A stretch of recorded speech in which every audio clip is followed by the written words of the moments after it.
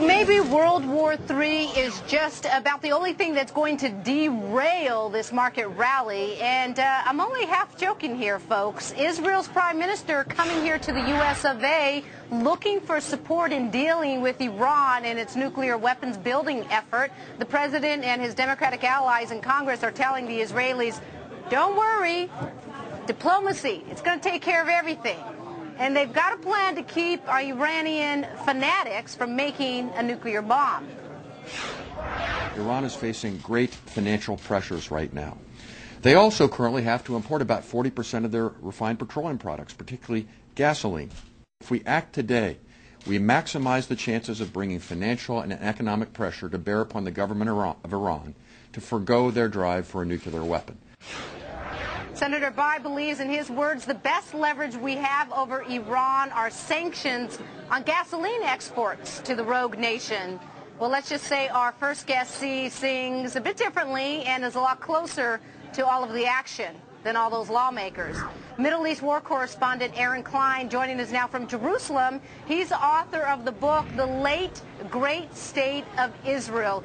Aaron, thank you very much for joining us for Happy Hour. So the question right off the bat, you know, your prime minister is here in Washington, and our president wants to convince your prime minister just to let diplomacy take its course, whereas Benjamin Netanyahu wants to be a little bit more aggressive. Do you think diplomacy will work? First of all, we've seen this before. We saw it with Bill Clinton when he thought that he could talk North Korea out of going nuclear. We saw how well that worked out. North Korea now has nuclear weapons. Iran is thumbing its nose at the United States, thumbing its nose at the international community. And the problem is that Obama isn't even set to begin these talks until June, and he says that maybe by January he might know if the talks are progressing. The problem is that Israel is warning that it could be just a matter of months, not years, months, before Iran might have enough uranium where if it's enriched just a little bit more, they can produce 1 or 2 nuclear weapons. So Israel is up against a hard deadline, and they're very nervous here in Jerusalem that the talks, that the diplomacy will give Iran enough time to build nuclear weapons.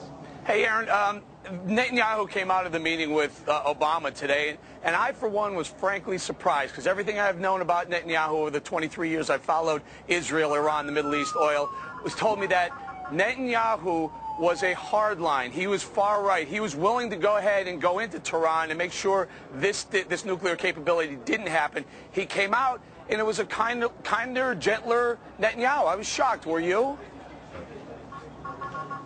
No, not at all. If you look back at Bibi Netanyahu's track record, and I'm a good friend of his, I've known him for a long time, while he was prime minister in the 1990s, actually he signed the Wye River Accords, which first gave the Palestinians territory. He also negotiated with Syria to relinquish what's known as the strategic Golan Heights. But I think that when it came to Iran, Netanyahu did have some strong statements today, and overall, here in Israel, there's a lot of hope and faith that Bibi will take the Iranian threat seriously. He's made clear that his primary goal in office will be to make sure that Iran doesn't have nuclear weapons. But I think that when he came out and he stood alongside Obama, he didn't want to have any conflict. He didn't want to show that there were any major disagreements between the United States and Israel publicly. But I think behind the scenes, he had a very difficult meeting with Obama when it came to the nuclear issue and the different policies that both Israel and the United States have.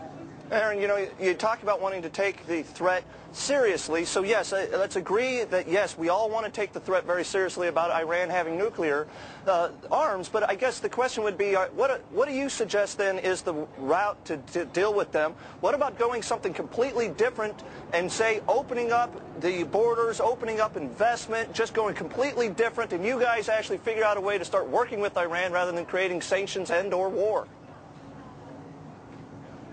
The problem is that sanctions haven't worked in the past. Sanctions are a long-term effort. And again, Israel believes that it could be just a matter of months that Iran might have nuclear weapons. And I'll tell you, I think Iran would love it if everybody opened the borders to Iran and started doing business. But Iran has made clear that they are going to get nuclear weapons. And you have to realize that this is a fundamentalist theocracy that actually believes that in order to bring back their Messiah, their Islamic Messiah, they have to bring about an apocalyptic world battle of good versus evil, where the universe almost comes to an end and then their Messiah comes back.